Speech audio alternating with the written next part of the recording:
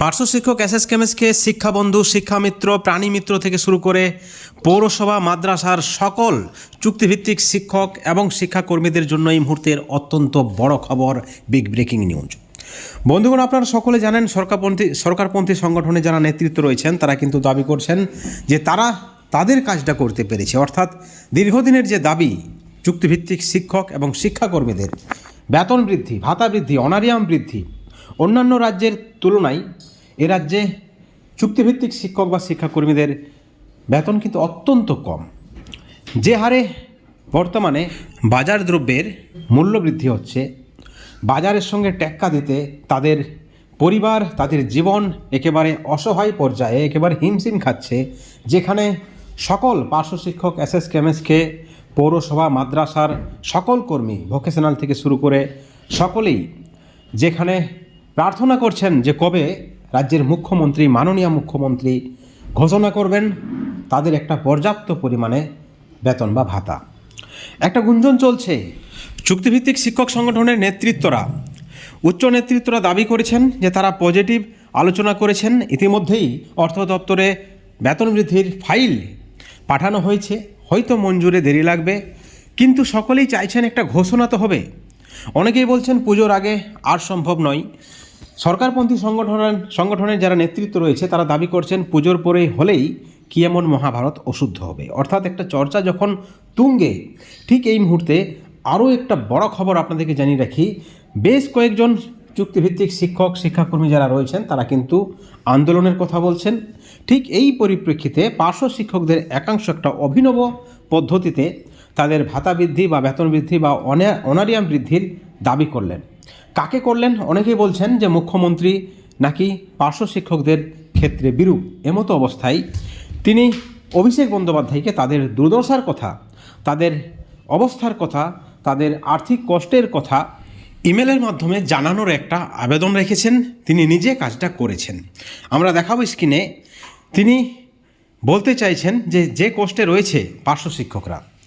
আপনারা জানেন কন্যাশ্রী, রূপশ্রী যারা কর্মী রয়েছেন সরকারের, ইভেন আইসিটি টিচারদেরও কিন্তু বেতন বৃদ্ধি হয়েছে। যারা পরে নিয়োগ হয়েছে তাদের বেতন বৃদ্ধি হয়েছে। যারা কন্যাশ্রী, রূপশ্রী প্রকল্পে কাজ করছে তাদেরও বেতন বা ভাতা বৃদ্ধি করেছে রাজ্যের সরকার। শুধুমাত্র কয়েকটি পোস্ট বাকি রয়েছে। এসএসকেএমএসকে পার্শ্ব শিক্ষক, শিক্ষাবন্ধু সহ আরও 2-4টা পোস্ট রয়েছে, তাদের বেতন বা ভাতা বৃদ্ধি হবে না কেন? এই বিভেদ কেন? এই প্রশ্নটা যখন রাজ্যের সমস্ত চুক্তিভিত্তিক কর্মীরা করছেন তখন এই পার্শ্ব শিক্ষকদের একাংশের পক্ষ থেকে একটা বড় সিদ্ধান্ত নেওয়া হয়েছে, যেমনটা কিন্তু সূত্র মারফত খবর রয়েছে। আসলে এই পার্শ্ব শিক্ষকের দাবি যে মেল করতে অসুবিধা কোথায়, তাদের অবস্থার কথা জানানোর ক্ষেত্রে অসুবিধা কোথায়? কারণ আপনারা সকলে জানেন যে পরবর্তীতে অভিষেক বন্দ্যোপাধ্যায় তৃণমূলের সর্বেসর্বা। পরবর্তীতে অভিষেক বন্দ্যোপাধ্যায় তৃণমূলের মুখ্যমন্ত্রী। আপনারা ইতিমধ্যেই জানেন, ইতিমধ্যেই কিন্তু তৃণমূলের অন্দরেই অভিষেকের জনপ্রিয়তা কিন্তু তুঙ্গে রয়েছে। অভিষেককে অনেকেই দ্বিতীয় মুখ্যমন্ত্রী হিসেবে অনেকে মনে করেন বা দাবি করেন, এবং পরবর্তীতে অভিষেক বন্দ্যোপাধ্যায় এ রাজ্যের মুখ্যমন্ত্রী হবেন সেই বিষয়ে কোনো সন্দেহ নেই, যদি তৃণমূল দল ক্ষমতায় থাকে। এমতো অবস্থায় অভিষেক বন্দ্যোপাধ্যায়ের দৃষ্টি আকর্ষণ করাই এই পার্শ্ব শিক্ষকের মূল লক্ষ্য। তিনি কি বলছেন আপনাদেরকে দেখাচ্ছি আমরা স্ক্রিনে, দেখুন। তার এই যে মেল, এই মেলের বিষয়বস্তু হচ্ছে পার্শ্ব শিক্ষকদের জীবনে সুদিন ফিরে আসুক, এবং একই সঙ্গে তিনি জানিয়েছেন যে পার্শ্ব শিক্ষক যারা শিক্ষার সঙ্গে যুক্ত তারা কিন্তু বঞ্চিত। শিক্ষার অধিকার আইনে 2005কে কেন্দ্র করে সর্বশিক্ষা মিশনকে সফল করার লক্ষ্যে পার্শ্ব শিক্ষকরা নিয়োগ হয়েছে, এবং তারপরে পার্শ্ব শিক্ষকদের একের পর এক কষ্টের কথা তিনি তুলে ধরেছেন। তারা এই মুহূর্তে কত টাকা ভাতা পায়, কত টাকা বেতন পায়, তাদের পরিবারে কে রয়েছে, কারা রয়েছে, কিভাবে তাদের দিন যাপন হবে, এবং তাদের শিক্ষাগত যোগ্যতা কত, সরকার কিভাবে তাদের ডিএলএড করিয়েছেন, এবং শিক্ষাগত যোগ্যতা রয়েছে একজন স্থায়ী শিক্ষকের সমান। তারা স্কুলে সময় দেয়, শিক্ষার সঙ্গে তারা যুক্ত, শিক্ষার কাজে তারা নিয়োজিত, শিক্ষার জন্যই তাদের নিয়োগ।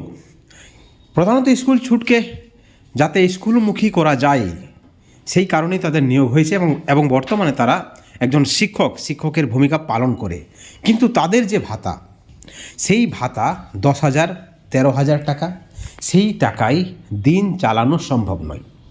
বন্ধুগণ, আপনারা সকলে জানেন 2011 সালে একজন এমএলএ এমপি কি ভাতা পেতেন এবং 2024-এ তাদের বেতন, তাদের যে সাম্মানিক, সেটা কিন্তু লক্ষ টাকার বেশি হয়েছে। সেই হারে একজন 2011 সালে একজন পার্শ্ব শিক্ষক বা যারা চুক্তিভিত্তিক শিক্ষক রয়েছে, তাদের যে ভাতা ছিল সেই ভাতা এবং এখনের ভাতার মধ্যে তেমন একটা কোনো ডিফারেন্স নেই, যেখানে এমএলএ এমপিরা তাদের ভাতা, তাদের সাম্মানিক কিন্তু 8 গুণ 10 গুণ বাড়িয়ে নিয়েছে। আমাদের উদ্দেশ্য এটা নয় যে ওদের ভাতা বেড়েছে বলে আমরা ঈর্ষা করছি। আমাদের উদ্দেশ্য একটা বাস্তব কথা, বাস্তব চিত্র, বাস্তব পরিবেশ তুলে ধরা, যাতে করে রাজ্যের সমস্ত চুক্তিভিত্তিক শিক্ষক, শিক্ষাকর্মী বা যারা কর্মী রয়েছেন, পার্শ্ব শিক্ষক থেকে শুরু করে এসএসকে, এমএসকে থেকে শুরু করে শিক্ষাবন্ধু থেকে শুরু করে ভোকেশনাল টিচার থেকে শুরু করে প্রাণী মিত্র থেকে শুরু করে ভিআরপি থেকে শুরু করে সকল ধরনের শিক্ষক, শিক্ষাকর্মী বা কর্মী রয়েছেন, তাদের দুর্দশার কথা, তাদের বাস্তব চিত্র কিন্তু আমরা তুলে ধরার চেষ্টা করি, যাতে করে সরকারের দৃষ্টি আকর্ষণ করতে পারি। পার্শ্ব শিক্ষক সংগঠনের একাংশের পক্ষ থেকে দাবি করা হচ্ছে যে অভিষেক বন্দ্যোপাধ্যায়কে মেল করতে অসুবিধা কোথায়, তাহলে আপনাদের অবস্থার কথা আপনারা তুলে ধরুন। এই কিছুদিন আগে যারা ভোকেশনাল টিচার রয়েছে স্কুলে, তারাও কিন্তু মুখ্যমন্ত্রীকে মেল করেছেন, সকলেই তাদের দুর্দশার কথা জানিয়েছেন। তারা এখনও অবধি স্থায়ীকরণ হয়নি, তাদেরকে যে কোনো সময় স্কুল থেকে বের করে দেওয়া হয়, অথচ সেই শিক্ষকরা সমান হারে কাজ করে এবং তাদের পারিশ্রমিক 5 থেকে 7,000, তার বেশি নয়।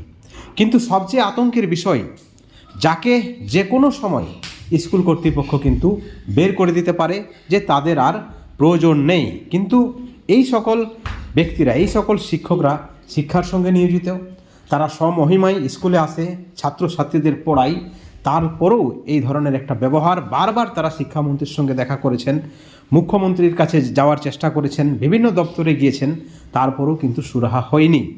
এমতো অবস্থায় বাকি যারা কর্মী রয়েছেন, তাদের ভাতা বৃদ্ধির একটা গুঞ্জন শোনা যাচ্ছে, কিন্তু সেই গুঞ্জনের মাঝেও অনেকেই সন্দেহ প্রকাশ করছে।